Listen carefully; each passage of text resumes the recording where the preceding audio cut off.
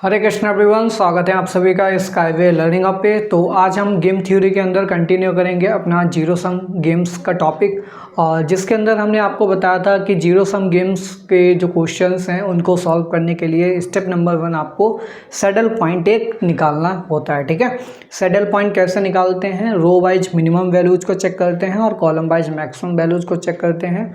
Row wise first player के लिए strategy में यहाँ पर सिलेक्शन होता है और कॉलम वाइज प्लेयर बी के लिए स्ट्रेटेजी में सिलेक्शन होता है। पे ऑफ मैट्रिक्स सेम ही रहती है। ए वाले प्लेयर की जो भी पे ऑफ मैट्रिक्स है प्रॉफिट की है, तो प्लेयर बी के लिए वही पे ऑफ मैट्रिक्स लॉस की होगी। अगर पे ऑफ मैट्रिक्स प्लेयर ए के लिए लॉस की है तो वही पे ऑफ मैट्रिक्स प्लेयर बी के लिए प्रॉफिट की होगी। ठीक है, यानी कि इंटरचेंज हो जाता है। ठीक है, अब ए प्लेयर की मैट्रिक्स तो दे रखी है आपके पास, बी की कैसे निकालते हैं? बस आपको सारी एंट्रीज का नेगेटिव साइन लगा देना है उनके एंट्रीज से पहले। ठीक है, यानी कि हर एंट्री में आपको साइन चेंज कर देना है, तो वही हो जाएगी प्लेयर बी की पे ऑफ मैट्रिक्स। ठीक है और फिर मिनिमम मैक्सिमम वाला क्राइटेरिया यूज करके आपको जहाँ पर कॉमन सेल एंट्री एक ऐसी मिल जाती थी जहाँ पर मिनिमैक्स और मैक्सिमिन को इंसाइड करते थे, उसी सेल एंट्री को क्या बोलते थे? Saddle point. सैडल पॉइंट वाली स्ट्रैटेजी ही हमारे पास बेस्ट स्ट्रैटेजी होती थी प्लेयर ए और प्लेयर बी के लिए। ठीक है, इसके बाद आपको वैल्यू ऑफ द गेम निकालनी होती थी। ठीक है, तो value of the game player ए के लिए जो भी आ रही होती है, प्लेयर बी के लिए आपको बस नेगेटिव साइन लगा देना होता है, तो प्लेयर बी का हमारे पास क्या आ जाता था? वैल्यू ऑफ द गेम निकल के आ जाता था। ठीक है, तो इतनी चीज़ें आपको करनी होती थी जब आप लोग पढ़ रहे थे चैप्टर नंबर 2। ठीक है, maximin and minimax criteria of optimality. ठीक है, तो मैक्सिमिन और मिनिमैक्स क्राइटेरिया निकाला जाता था इस तरीके से। ठीक है, तो जो सैडल पॉइंट आता था वही हमारे पास वैल्यू ऑफ द गेम बोला जाता था। बट अब क्वेश्चंस बिल्कुल सेम टू सेम वैसे ही पे ऑफ मैट्रिक्स आएंगी जैसे प्रीवियस चैप्टर में पढ़ रहे थे। चैप्टर नंबर 3 यहाँ पर है डोमिनेंस रूल। डोमिनेंस रूल क्यों यूज करते हैं तो आपको पता होना चाहिए। इसको स्पेशली हम तभी यूज करेंगे जब हमारे पास कोई भी सैडल पॉइंट नहीं आएगा। ठीक है, तो जब कोई भी सैडल पॉइंट नहीं मिलता तो दो मेथड हमारे पास होते हैं। पहला होता है डोमिनेंस रूल और दूसरा इसी चैप्टर के अंदर हम आपको बताएंगे, तो उसका नाम होता है अरिथमेटिक मेथड। ठीक है, तो अरिथमेटिक मेथड और डोमिनेंस रूल दो मेथड्स अप्लाई किए जाते हैं जब हमारे पास सैडल पॉइंट नहीं मिलता है। ठीक है, तो डोमिनेंस रूल यहाँ पर स्टार करके हम प्रॉपर्टी लिख रहे हैं। Dominance rule is specially used when we do not get any saddle point in the given payoff matrix।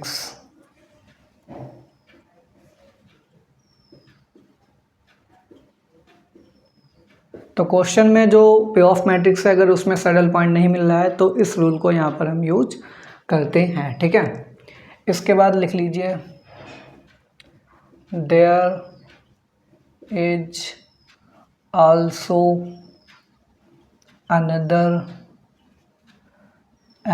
सब मेथड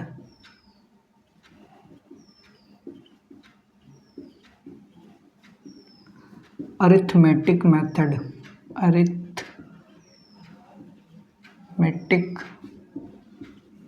method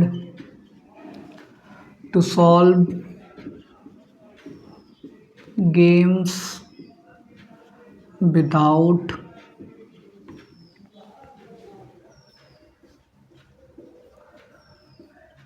सैडल पॉइंट।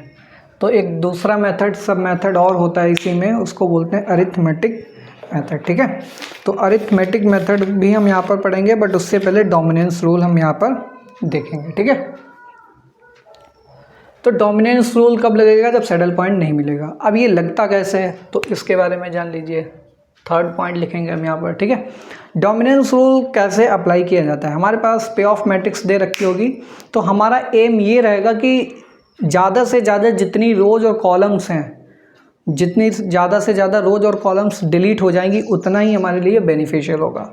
जैसे कि 3x4 की मैट्रिक्स है या फिर 5x5 की मैट्रिक्स है, ठीक है, तो उनमें बहुत सारी एंट्रीज होंगी, ठीक है। तो उन एंट्रीज में अगर बहुत सारी एंट्रीज में अगर हमारे पास मैट्रिक्स रिड्यूस हो जाए, ठीक है, यानी कि उसका ऑर्डर रिड्यूस होकर के आ जाए, तो रिड्यूस होकर आ जाने में हमारे पास आसानी रहेगी उसको सॉल्व करने के लिए, ठीक है।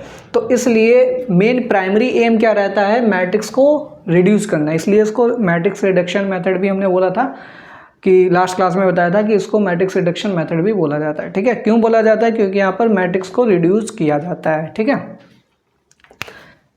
If we have m cross n payoff matrix, अगर हमारे पास क्वेश्चन में कोई m cross n payoff matrix दे रखी है, payoff, if we have m cross n payoff matrix given in the question,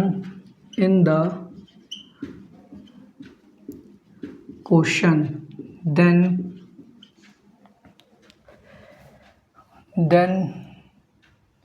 we check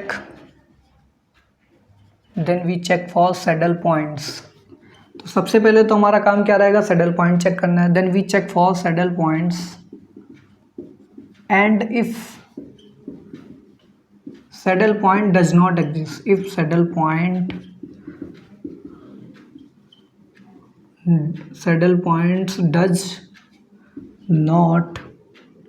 do not exist, ठीक है, do not exist, then we apply dominance rule, then we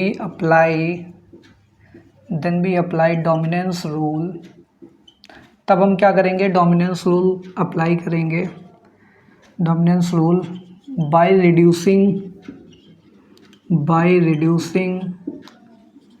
the matrix to 2x2 2-person payoff matrix।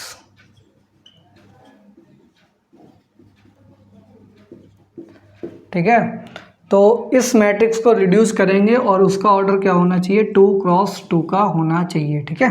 तो reduce होने के बाद यहाँ पर इस chapter के अंदर जितने भी क्वेश्चन होंगे सबका रिडक्शन क्या होगा, 2x2 में हमें करना है। अगर नहीं हो पा रहा है 2x2 में, सपोज 2x n की आ रही है या फिर m×2 की मैट्रिक्स बन रही है जहाँ पर 2x2 ऑर्डर नहीं बन पा रहा है रिड्यूस होने के बाद, तब हम क्या करेंगे, तो तब के लिए फिर नेक्स्ट चैप्टर है। नेक्स्ट चैप्टर में और भी मेथड्स हैं जहाँ पर ये रिड्यूस नहीं हो पाती 2x2 में।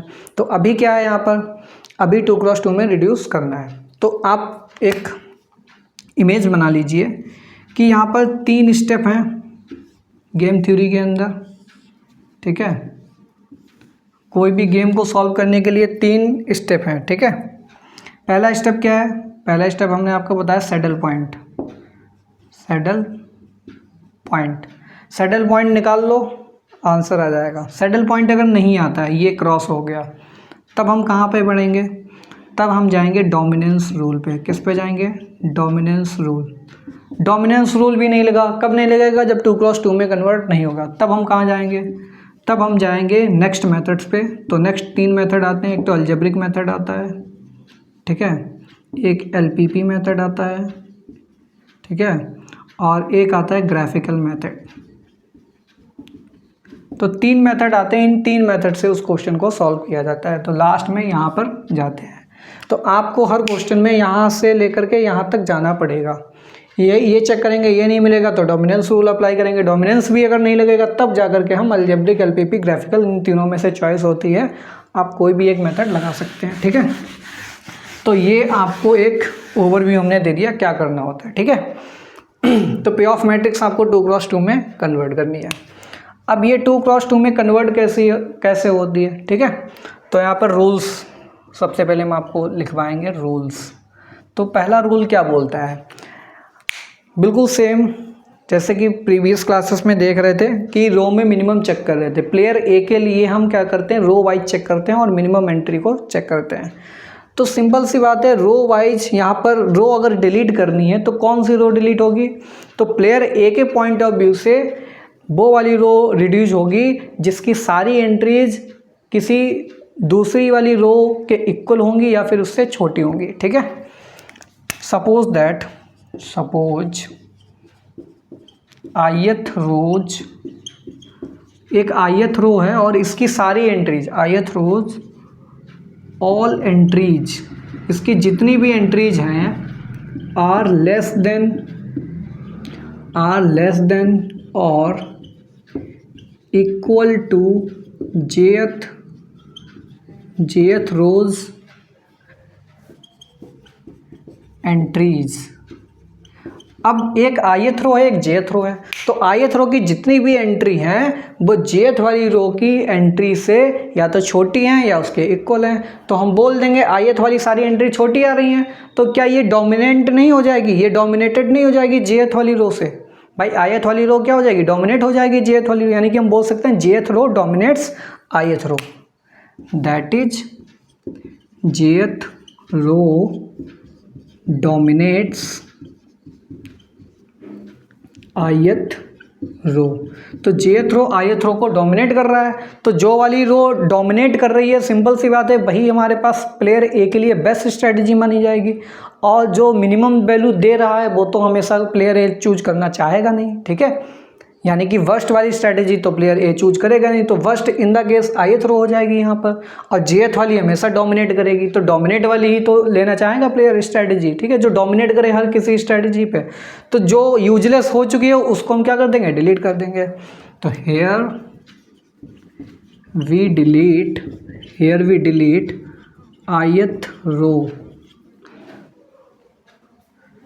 Because A will never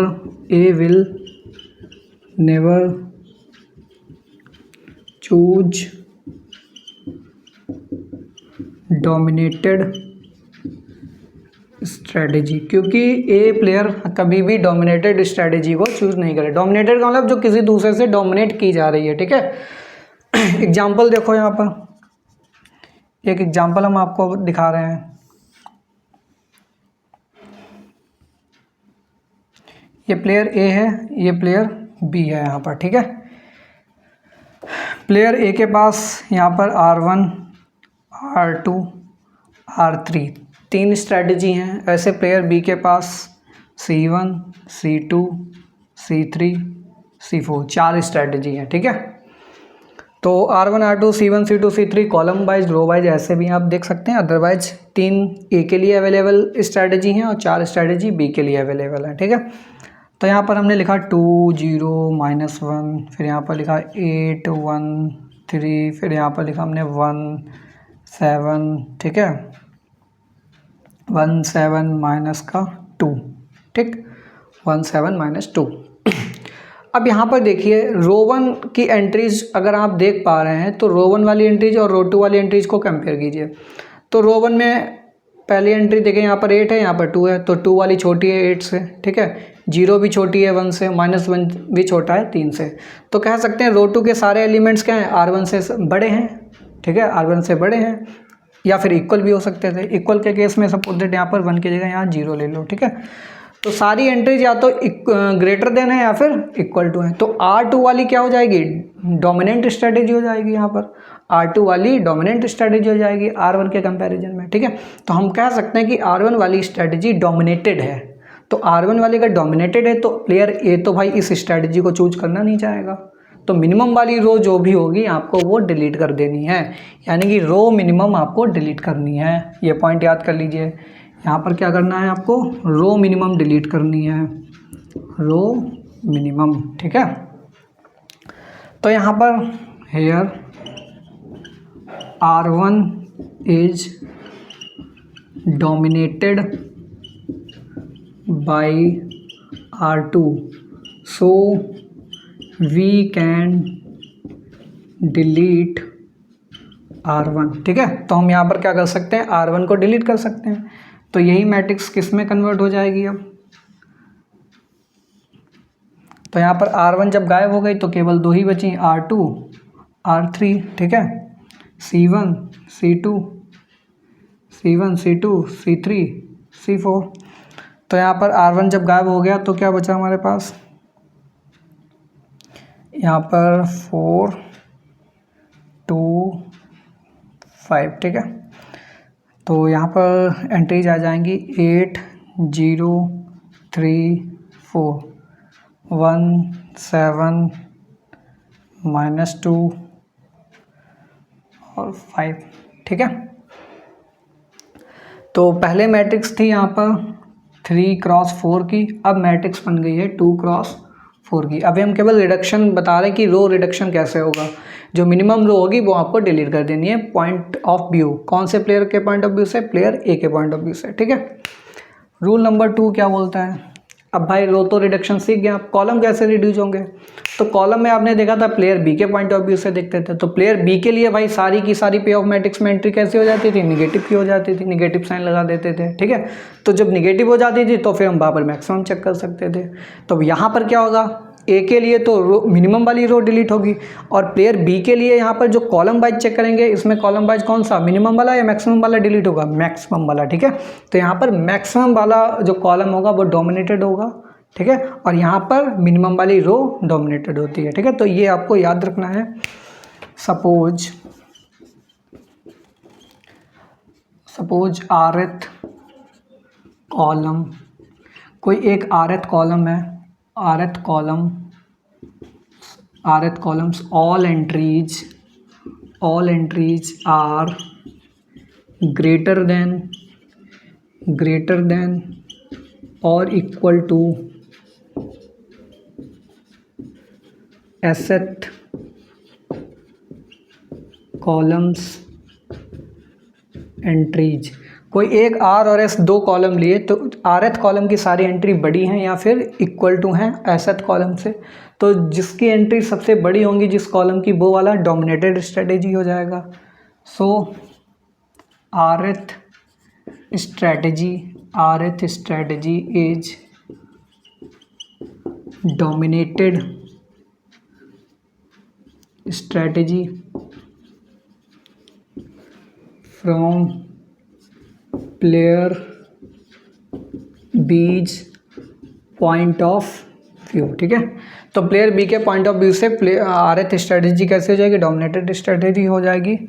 thus we can delete this column, इसलिए हम इस कॉलम को डिलीट कर सकते हैं। तो कॉलम यहाँ पर कौन सा डिलीट किया जाता है? मैक्सिमम कॉलम, ठीक है। तो कॉलम मैक्सिमम वाला डिलीट किया जाता है और रो मिनिमम वाली डिलीट की जाती है, ठीक है। तो ऊपर के पॉइंट्स हम यहाँ पर इरेज कर रहे हैं। आई होप आप लोगों ने लिख लिया था जितना भी ऊपर हमने लिखा था। तो इसका भी एग्जाम्पल देखेंगे हम कि कॉलम कैसे यहाँ पर रिड्यूस किया जाएगा। जब आप एक बार रिडक्शन करना सीख जाएंगे तो आसानी से क्वेश्चंस को सॉल्व कर पाएंगे। एग्जाम्पल देखिए,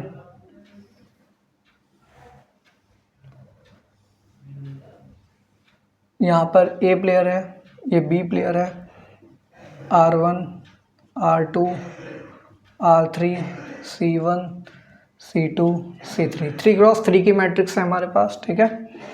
3x3 की स्ट्रेटजी 1 5 0 7 2 -1, ठीक है, 8 4 3।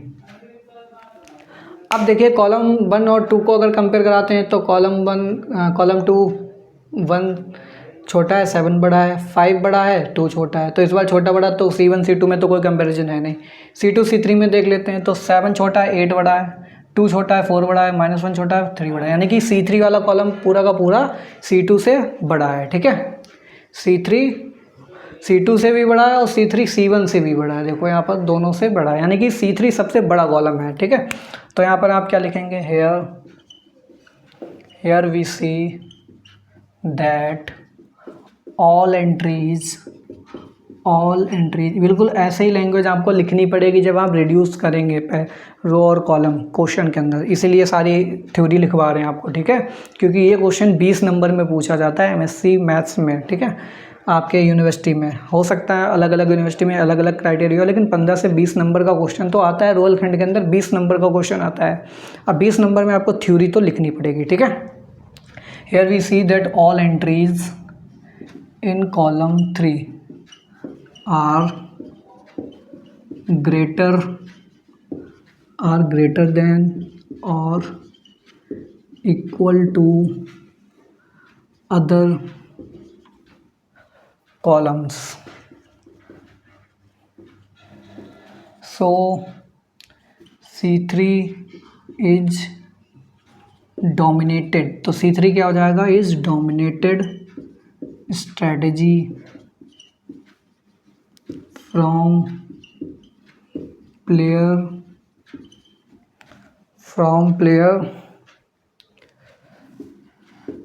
B's point of view. तो प्लेयर बी के पॉइंट ऑफ व्यू से C3 डोमिनेटेड स्ट्रेटेजी हो जाएगी। दस वी कैन डिलीट कॉलम 3 यानी कि C3 स्ट्रेटेजी को डिलीट कर सकते हैं। तो यहाँ पर कैसा हो जाएगा रिड्यूस होने के बाद, तो ये पे ऑफ मैट्रिक्स आपकी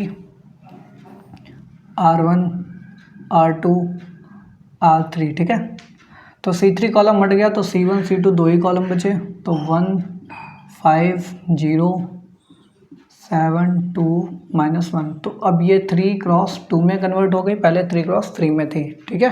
तो इस तरीके से कॉलम रिड्यूस करेंगे, ठीक है। तो कॉलम मैक्सिमम और रो मिनिमम डिलीट करते हैं, ठीक है। रूल नंबर 3, दो रूल तो सीख गए रो और कॉलम रिडक्शन के लिए। रूल नंबर 3 ये बोलता है कि ये डोमिनेंस रूल तभी लगेगा जब एक प्लेयर के लिए पे ऑफ मैट्रिक्स प्रॉफिट की है और दूसरे के लिए लॉस की है, ठीक है। तो यहाँ पर लिख सकते हैं rule number 3, dominance rule is applied only when pay of matrix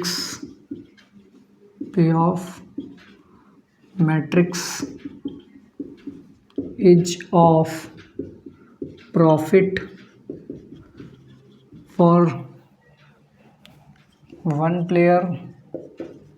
तो एक प्लेयर के लिए अगर प्रॉफिट की है, end of loss for other player, और दूसरे प्लेयर के लिए अगर लॉस की है पे ऑफ मैट्रिक्स, तभी ये रूल एप्लीकेबल होगा, ठीक है। अदरवाइज ये रूल क्या हो जाएगा, रिवर्स्ड हो जाएगा, यानी कि ये रूल एप्लीकेबल नहीं होगा। तो एक के लिए प्रॉफिट होना चाहिए और एक के लिए लॉस होना चाहिए, तभी इस स्ट्रैटेजी को यहाँ पर अप्लाई किया जाता है, ठीक है।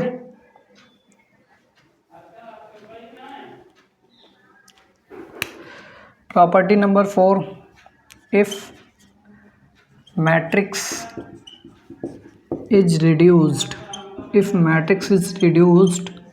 टू, अगर मैट्रिक्स रिड्यूस हो जाती है 2x n में और m×2 में, then we cannot apply dominance rule। तब हम इस रूल को अप्लाई नहीं कर सकते अगर हमारे पास 2x2 में कन्वर्ट नहीं हो रही है मैट्रिक्स, ठीक है। तो 2x2 में कन्वर्ट अगर नहीं होगी तब हम इस मेथड को अप्लाई नहीं कर सकते। तब हम कौन सा मेथड अप्लाई करेंगे, ग्राफिकल मेथड अप्लाई करेंगे, जो कि मैंने आपको बताया ग्राफिकल, अलजेब्रिक या फिर LPP मेथड, कोई भी आप एक मेथड को यूज कर सकते हैं, ठीक है।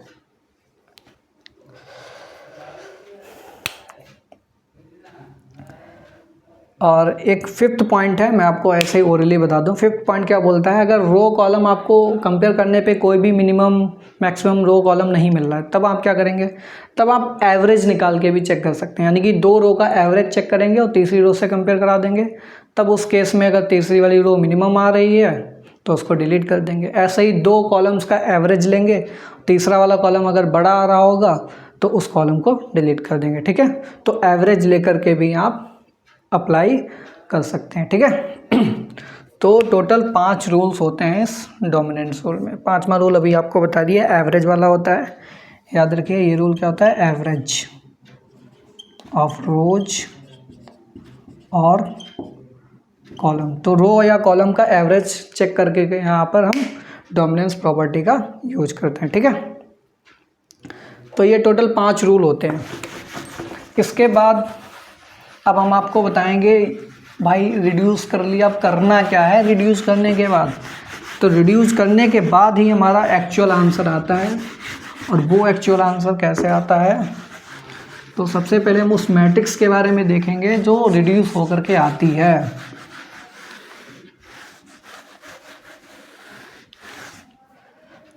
ठीक है, तो यहाँ पे लिखेंगे रिड्यूस्ड, उसी के आगे से कंटिन्यू करना है, reduced matrix 2x2 order after applying dominance property.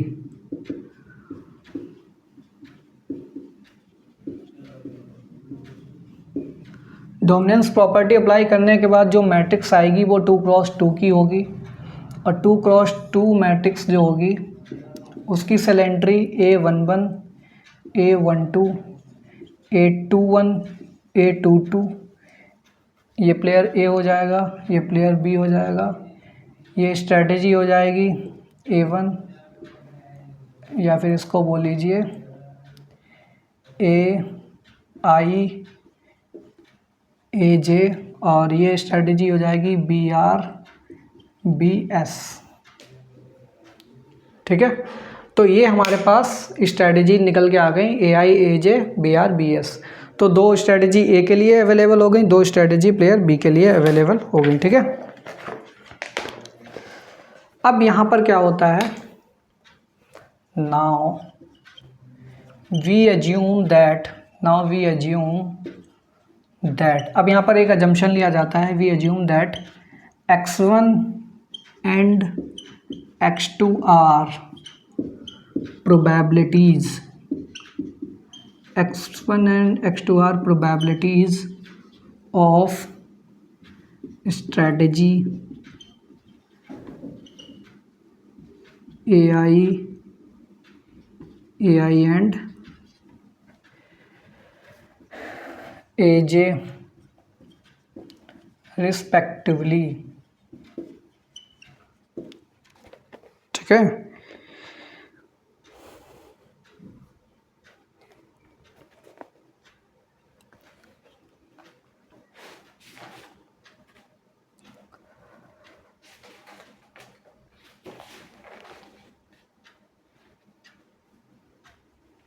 तो यहाँ पर AI और AJ वाली स्ट्रेटजी आएंगी, इसकी प्रोबेबिलिटी क्या है, तो इसकी प्रोबेबिलिटी AI की प्रोबेबिलिटी x1 है और AJ की प्रोबेबिलिटी x2, यानी कि फर्स्ट वाले की x1 प्रोबेबिलिटी है और सेकंड वाले की x2 प्रोबेबिलिटी है। ठीक है, तो इसकी प्रोबेबिलिटी x1 और इसकी प्रोबेबिलिटी x2। ऐसे ही B प्लेयर के लिए इसकी प्रोबेबिलिटी हो जाएगी by1 और इसकी प्रोबेबिलिटी हो जाएगी by2। Similarly by1 and by2 are probabilities of strategy BR and BS respectively। अब ये x1 x2 by1 by2 इनकी वैल्यूज आपको निकालनी है। ठीक है, ये तो प्रोबेबिलिटीज़ हो गई। अब अगर ये प्रोबेबिलिटी है तो आपको पता होना चाहिए कि x1 plus x2 equal to 1 होता है, इसको इक्वेशन नंबर 1 बोल देंगे, टोटल प्रोबेबिलिटी सम। ऐसे ही by1 प्लस by2 करेंगे तब भी इसकी वैल्यू क्या आएगी, 1 होगी, इसको बोल दीजिए इक्वेशन नंबर 2। एंड x1 निकालने का फार्मूला क्या होता है, ठीक है, ये इंपॉर्टेंट है। यहाँ पर x1 आप कैसे निकालेंगे, तो x1 निकालने के लिए फार्मूला होता है A22 माइनस A21। x1 क्या है, प्लेयर A के लिए स्ट्रैटेजी निकालना है, तो प्लेयर A के लिए स्ट्रैटेजी निकालेंगे कैसे, A22 यानी कि ये वाली एंट्री लेंगे आप, माइनस A21 यानी कि ये वाली, यानी कि रो वाइज आपको यहाँ पर डिफरेंस लेना है, A22 माइनस A21। ठीक है, अपॉन में क्या करना है, A22 माइनस A21 के बाद आपको क्या करना है, आपको वर्टिकल जो डायगोनल हैं इनके एलिमेंट्स को ऐड करना है, फिर सब्ट्रैक्ट करना है। पहले वाला main diagonal A11 plus A22 minus फिर ये वाले डायगोनल के एलिमेंट्स का सम करेंगे, ठीक है। 1 2 2 1 A12 A2 1, ठीक है। तो ये x1 की वैल्यू आ जाएगी और x2 की वैल्यू कैसे निकालेंगे आप, x2 is equal to 1 minus x1 से। ऐसे ही आप y1 की वैल्यू निकालेंगे। y1 के लिए क्या करेंगे, x1 के लिए आपने रो वाइज निकाला था, y1 के लिए क्या करेंगे, कॉलम वाइज आप लोगों को डिफरेंस लेना है, ठीक है। कैसे, A22 माइनस A12, ठीक है। A22 माइनस A12 अपॉन, फिर सिमिलर है बिल्कुल, diagonal elements A11 plus A22 minus second वाला डायगोनल A12 प्लस A21, ठीक है। A12 A21 A11 A22, ठीक। और बाई 2 कैसे निकालेंगे, बाई 2 इक्वल हो जाएगा 1 माइनस बाई 1। तो x1 x2 बाई 1 बाई 2 ये आप लोगों ने यहाँ पर निकाल लिया। इसके बाद तीसरी चीज़ निकालनी होती है आपको, value of the game. Value of game, value of game निकालने का तरीका काफ़ी सिंपल है। फर्स्ट रो पकड़ लीजिए या फिर फर्स्ट कॉलम को पकड़ लीजिए। सपोज दैट हम फर्स्ट रो को पकड़ते हैं, तो जब आप रो वाइज मल्टीप्लिकेशन कराएंगे तो x1 x2 लेंगे प्रोबेबिलिटी, कॉलम वाइज अगर आप निकालेंगे तो बाई 1 बाई 2 लेना पड़ेगा। तो x1 रो वाइज पहला एलिमेंट क्या है, A11, इसकी x1 से मल्टीप्लाई करा दो, प्लस सेकंड एलिमेंट क्या है, A12, इसकी x2 से मल्टीप्लाई करा दो, ठीक है। तो ये हो जाएगा A11 x1 plus A21 x2, A21 यहाँ पर A12 की जगह 21 लिखना है। तो ये थोड़ा फार्मूला याद रखिएगा, A11 x1, हाँ ठीक है, x1 के करस्पॉन्डिंग A11 से मल्टीप्लाई होगी और x2 के करस्पॉन्डिंग A21 से मल्टीप्लाई होगी, ठीक है। यही आप अगर कॉलम वाइज निकाल लेते तो कॉलम वाइज आप कैसे निकालते हैं, तो बाई 1 के करस्पॉन्डिंग क्या आ रहा है, बाई 1 के करस्पॉन्डिंग A11 आ रहा है, ठीक है। तो यहाँ पर लिखते A11 बाई 1 प्लस, और बाई 2 के करस्पॉन्डिंग A12 आ रहा है, ठीक है। तो लिखते हैं यहाँ पर A12 बाई 2, ठीक है, A12 बाई 2, ठीक। और एक तीसरा और यहाँ पर फार्मूला होता है वैल्यू ऑफ द गेम निकालने के लिए, A11 A22 इस डायगोनल वाले एलिमेंट्स का मल्टीप्लिकेशन माइनस दूसरे वाले डायगोनल वाले एलिमेंट्स का मल्टीप्लिकेशन A12 A21, और डिनोमिनेटर में आपको क्या करना है, जिनका आपने प्रोडक्ट किया उनका सम कर देना है और माइनस कर देना है,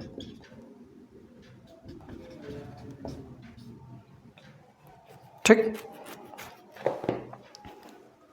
तो तीन चीज़ें आपको निकालनी है, x1 by 1 value of the game, x1 से x2 निकल आएगा, बाई 1 से बाई 2 निकल आएगा। Value of the game x1 x2 की हेल्प से भी निकाल सकते हो, बाई 1 बाई 2 की हेल्प से निकाल सकते हो, अदरवाइज आप डायरेक्ट एंट्रीज के बेसिस पे भी निकाल सकते हो। इनका प्रोडक्ट माइनस इनका प्रोडक्ट, डिनोमिनेटर में जिनका प्रोडक्ट किया सम माइनस इनका सम, ठीक है।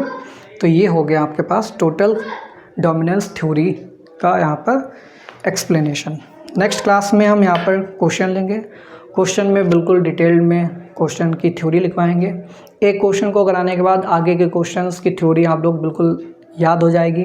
अभी थ्योरी लिखाई, अभी थोड़ी समझ में आई होगी, थोड़ी थ्योरी क्वेश्चन में समझ में आएगी, ऐसे करके आपको डोमिनेंस रूल के 4 से 5 क्वेश्चन यहाँ पर कराएंगे, ठीक है। तो मिलते हैं नेक्स्ट क्लास में, तब तक के लिए thanks for watching, have a good day.